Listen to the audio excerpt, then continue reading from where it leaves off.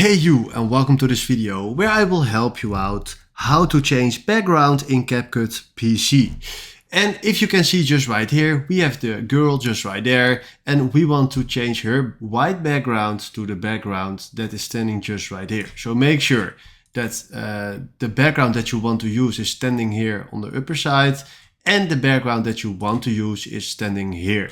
All right, what we're gonna do now is click on this file just right here, go to video, and then from basic, click on remove background. And then from there, click on auto removal.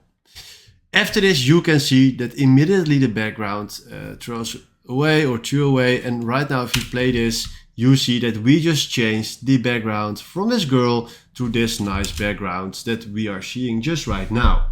Alright, this is exactly how this works, and if you found this video helpful, please consider subscribing and give this video a like. And then for now, thanks for watching.